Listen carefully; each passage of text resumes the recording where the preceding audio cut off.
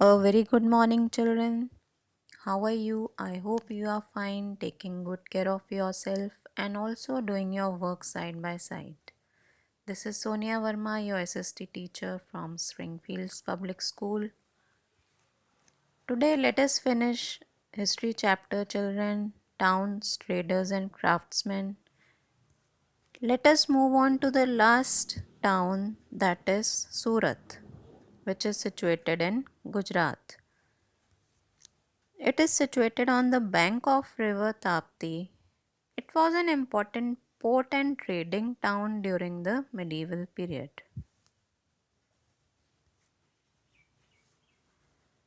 Duarte Barbosa, the traveler, he has described this city as a port town, and he said that different ships from many countries docked at Surat. They came to rest at Surat. So, during the reign of Mughal, Surat became a very important commercial city, famous for all types of textiles.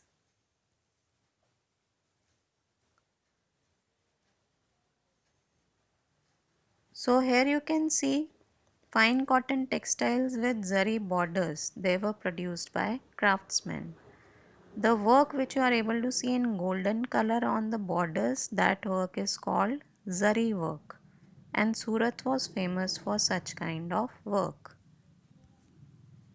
These textiles they were exported to different countries in West Asia. Here you can see West Asia, different countries which are there in West Asia are Iran, Iraq, Turkey, Turkmenistan, Yemen, Saudi Arabia, etc. You can see in this map. So these textiles were also exported to Europe. Here you can see in grey color area all these countries they are in Europe. So the English they set up a trading post in Surat in 1612. We had discussed before also children trading post are residential settlements. The soldiers are posted here. Godowns are there. So here in this picture you can see an English post which was set up in Surat. And after the English, the Dutch and French also they set up their post in Surat. The location of Surat also helped it to prosper. So here you can see children, Surat in Gujarat. The location of Surat is such that this place it is easily accessible to different Asian countries, West Asian countries. Ships carrying Hajj pilgrims to Makkah set sail from here. You must have heard Makkah Medina is the religious pilgrimage place of the Muslims. So ships they used to leave for Makkah Medina from Surat. So this place it became very famous. Here you can see Makkah and Medina is there in Saudi Arabia.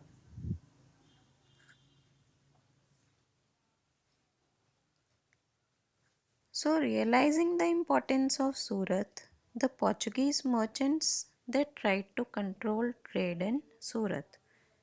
They issued cartas or passes to the local ships in the sea. So cartas were kind of licenses which were issued to the ships. And these licenses they ensured a safe passage to the ships and the merchants. With the coming of the English and French, the Portuguese control over the coast and over Surat weakened. So here you can see different reasons why Surat was very famous during the medieval period during the Mughal rule. It became a very popular town. Surat enjoyed great prosperity between the 16th and 18th century, Shivaji, here you can see in the picture, it is said that Shivaji plundered it twice. Plundered means looted in 1664 and 1670. But now the historians they believe that Shivaji had not plundered it, but he wanted to loot the treasure of Aurangzeb with the help of local people, and that treasure was later used for the welfare of the common people. So, with the decline of Surat, Mumbai became a major port and administrative center. Surat declined in importance, but even today, Surat is a major center of diamond trade. Here you can see it in white color Surat, and below Surat you will be able to see Bombay. Now let us move on to the last topic of our chapter, that is traders and craftsmen. So there were both small and big types of traders in town. Small traders were there who used to operate in smaller areas. Then big traders were there who used to operate in very large areas. They sold and bought products from different countries. They owned large groups of ships and they traded in many goods. Spices and textiles were the most traded items. They were sold to traders in the ports of Red Sea, Persian Gulf, Southeast Asia and China. Here children, I am going to show you all these different places.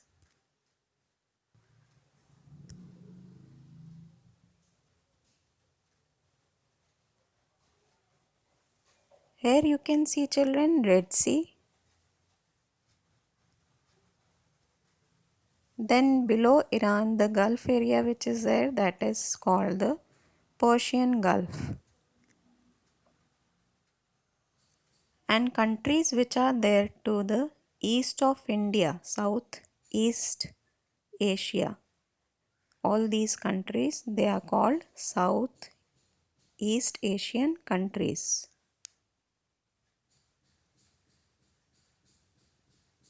Here I have circled Southeast Asian countries.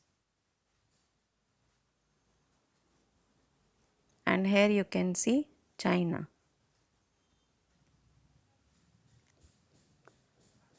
So children, spices and textiles they were traded usually in these particular areas. They were sold to traders in the ports of all these areas. Indian spices such as pepper, here you can see in the picture pepper, also known as Kali Mirch in Hindi, cinnamon, also known as Dalchini in Hindi, nutmeg, also known as Jaifal in Hindi. All these spices they were sold in Europe. And the traders who were involved in this trade they used to have huge profits. Traders usually traveled in caravans. They used to travel in groups. They also formed guilds. Guilds, you can say, are groups of merchants. Nowadays, we call them as trade unions or trade associations. So, at that time, also, the traders they used to form guilds to protect their interests. The Banjaras were a trading group. They traveled from one place to another, buying goods from one place and selling them to another. They also organized the transport of goods to other places. Now, the craftsmen used to make goods of different kinds. The sultans and nobles, very rich people of the kingdom, the king, they wanted luxury goods, cotton and silk textiles, They were produced on a large scale for the locals and for export. So the Mughal emperors, they used to establish workshops or kind of factories in which the craftsmen, they used to make different things for these kings and nobles. They produced goods for the emperor also and for the household items also, for the royal household also. The craftsmen in towns and villages made a variety of goods for such commercial exchange. So today children, we have finished the chapter. Next time I will be sending you the question answers. Read the chapter properly, thoroughly for a better understanding. Thank you. Have a nice day.